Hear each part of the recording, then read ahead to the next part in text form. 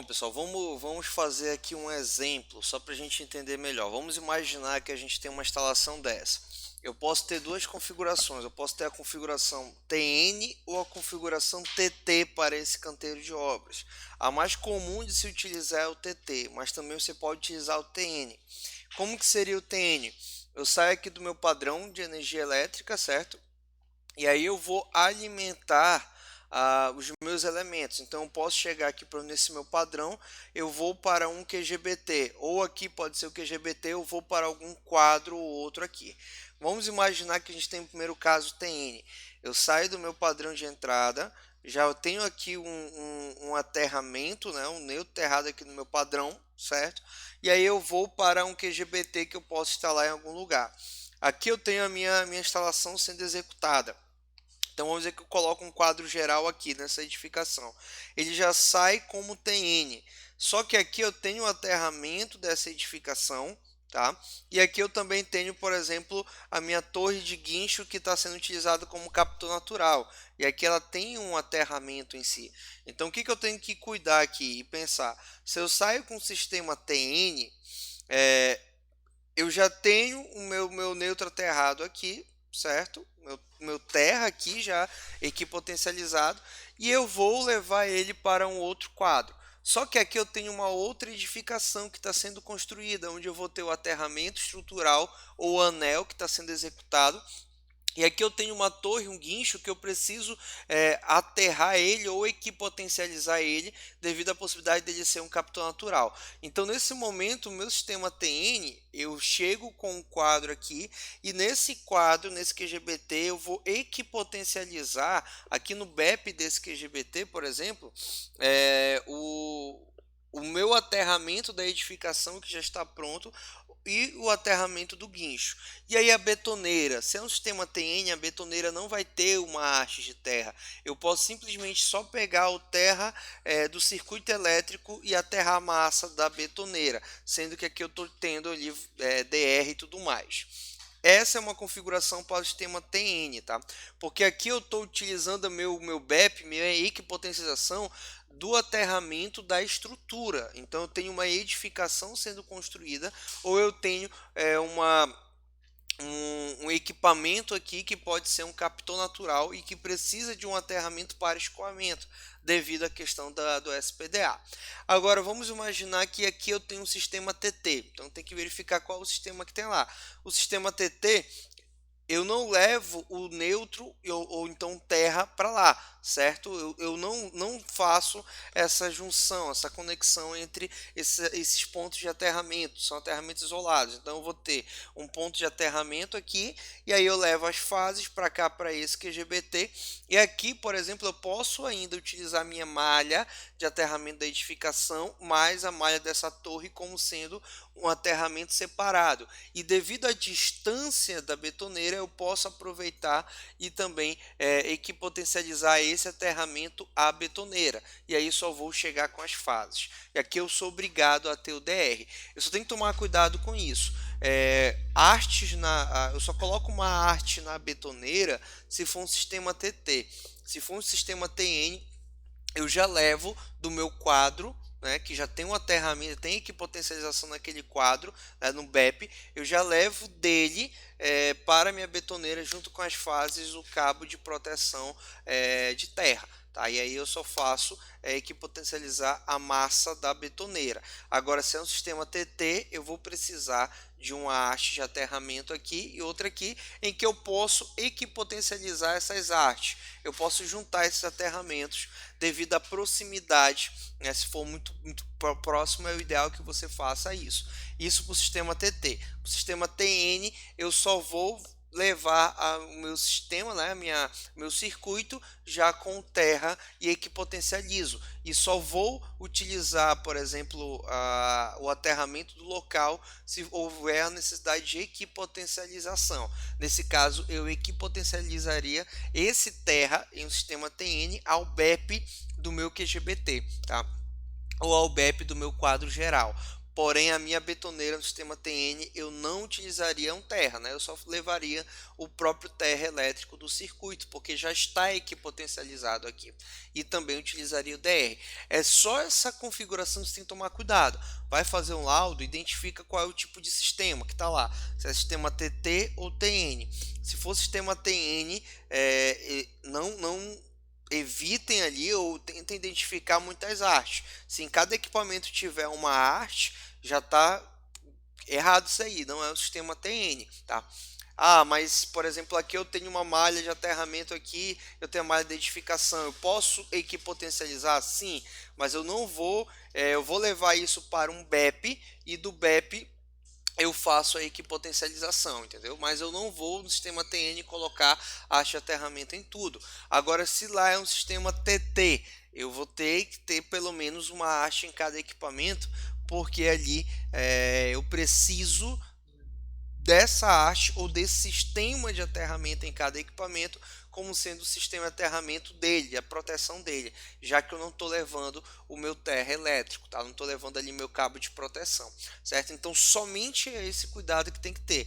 E assim, pessoal, bateu a dúvida, você vai ter que verificar o diagrama unifilar, vai ter que analisar qual é a questão em cada caso e tentar entender melhor.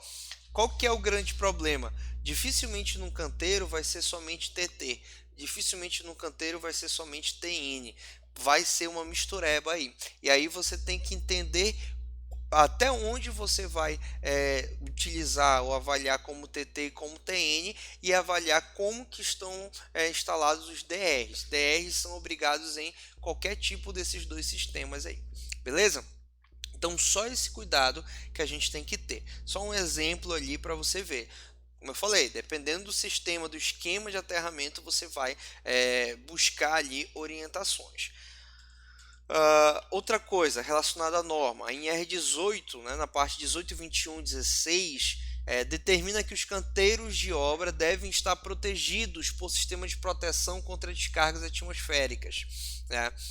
SPDA, projetado e construído e mantido conforme normas técnicas, ou seja, aqui ela define a NR18 que eu tenho que avaliar a 5419, norma técnica. Então, não somente o aterramento das máquinas, mas todo o sistema de proteção contra a descarga atmosférica. Ou seja, eu tenho que ver a possibilidade de uma descarga, ir lá na 5419, parte 2 e parte 3, fazer uma análise de gerenciamento de risco e, se for o caso, avaliar as possibilidades. Por exemplo, aqui nessa imagem, ó, eu tenho aqui alguns canteiros, ó, e nesses canteiros existem captores, ó, captores Frank. Por quê?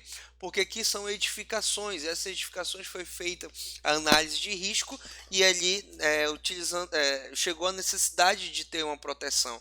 Então está sendo utilizado aqui o Frank como sendo uma proteção. Então está sendo rolada ali a esfera rolante, e eu estou criando uma proteção em cima dessas edificações. Não só máquinas, mas também as edificações no canteiro de obra. Outro item aí esclarece que o cumprimento do disposto no item anterior, que é esse aqui, é dispensado nas situações previstas em normas técnicas nacionais, mediante laudo emitido por profissional habilitado. Ou seja, vamos dizer que depois de eu avaliar pela 5419 as edificações, não há necessidade de fazer uma proteção, não existe ali, pelo gerenciamento de risco não precisa de uma proteção. Então, nesse caso, eu posso evidenciar isso com laudo, e esse laudo vai informar que não há esse tipo de necessidade. Tá? Então, a própria NR18 esclarece isso. Isso é bom, porque ela está chamando muito as normas nacionais, e isso facilita a justificativa nos órgãos e também ajuda o termo técnico a ser mais difundido. Outra questão, ó, estruturas mais altas devem ser avaliadas segundo a NBR 5419, parte 3, como captores naturais, ou seja, aqui, ó, tudo isso é captor natural, pessoal. Por ser um captor natural, eu tenho o risco de uma descarga direta, então eu preciso nessa estrutura metálica ter ali um anel de aterramento no mínimo.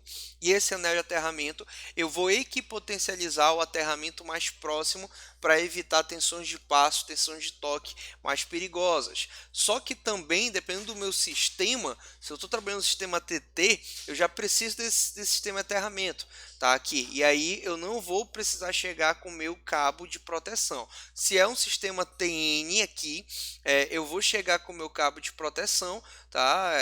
Do cabo de terra do meu circuito, porém aqui eu vou ter o meu anel. E aí eu tenho que ter uma equipotencialização que pode ser feita até por DPS, nesse caso, ou por um BEP aqui.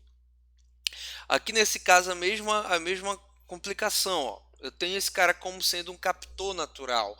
E aqui eu tenho um container que também pode ser considerado um captor natural. E eu faço só o anel de aterramento. Aqui eu já estou levando em consideração as informações contidas tanto na 5419 quanto na própria 5410. Lembrando que esse cara aqui não é uma edificação, mas ele é um captor natural. Então eu tenho que enquadrar ele como um captor natural, porque ele vai receber uma descarga e também vai criar uma zona de proteção aqui para essas pessoas. Então só esses cuidados, tá? Na 5419, o sistema de aterramento é definido também como um conjunto de todos os eletrodos e condutores de aterramento, interligados ou não, assim como partes metálicas que atuam direta ou indiretamente com a função de aterramento, como torres e pórticos, armaduras de edificação, capas metálicas de cabos e tubulações. Ou seja, se eu for avaliar o aterramento pela 5419, eu tenho que buscar a equipotencialização, mas eu também tenho que entender qual é o tipo de aterramento interno elétrico. Mas lembrando que no momento que eu tenho um sistema de aterramento elétrico, nem sempre eu tenho que equipotencializar, porque ali eu estou, por exemplo, o sistema TN. O TN eu estou levando o meu cabo de proteção do quadro elétrico para os equipamentos. Então ali eu não preciso ficar equipotencializando os equipamentos, porque eu já faço isso pelo meu cabo elétrico. Porém, outras partes, outras massas, outras instalações metálicas que não recebem energia, como escada, guarda-corpo e tudo mais, devem ser equipotencializadas em um BEL ou em um BEP mais próximo. Por isso que eu tenho que entender a função do BEP, do BEL, tá? E do barramento de equipotencialização de terra do quadro. Eles são um pouquinho diferentes dependendo do tipo de aterramento do esquema ou da filosofia que eu estou utilizando, tá? Então, cuidado, não precisa equipotencializar tudo, tá? Esse tudo entre aspas, eu tenho que avaliar que tipo de equipamento tem lá e qual é a configuração que já existe. Então, cada caso tem que avaliar separadamente. Aqui é um exemplo, por exemplo, da grua, tá, pessoal? Eu tenho a grua, existe a possibilidade da grua receber uma descarga. Então, mas ela é um elemento, ela é uma estrutura forte. Eu posso utilizar a grua como elemento natural? Posso. Capitão natural? Posso. Porém, eu posso estressar muito meu equipamento. Então, o ideal é que você utilize mini captores, tá, na grua para receber essa descarga. Por quê? Porque esse mini captor vai sofrer dano.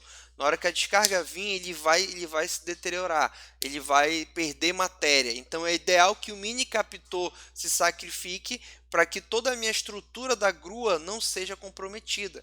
Existe a possibilidade dessa estrutura ser comprometida. Então, o ideal é você colocar mini captor. E é sempre ideal você colocar mini captores de acordo com a esfera rolante. Tá? Então você coloca ali um mini captor e vai rolando a esfera. E onde a esfera rolar, você coloca outro mini captor para evitar que, por exemplo, exista a possibilidade de cair em outro ponto. Mini captor. E aí a condução pode ser estrutural.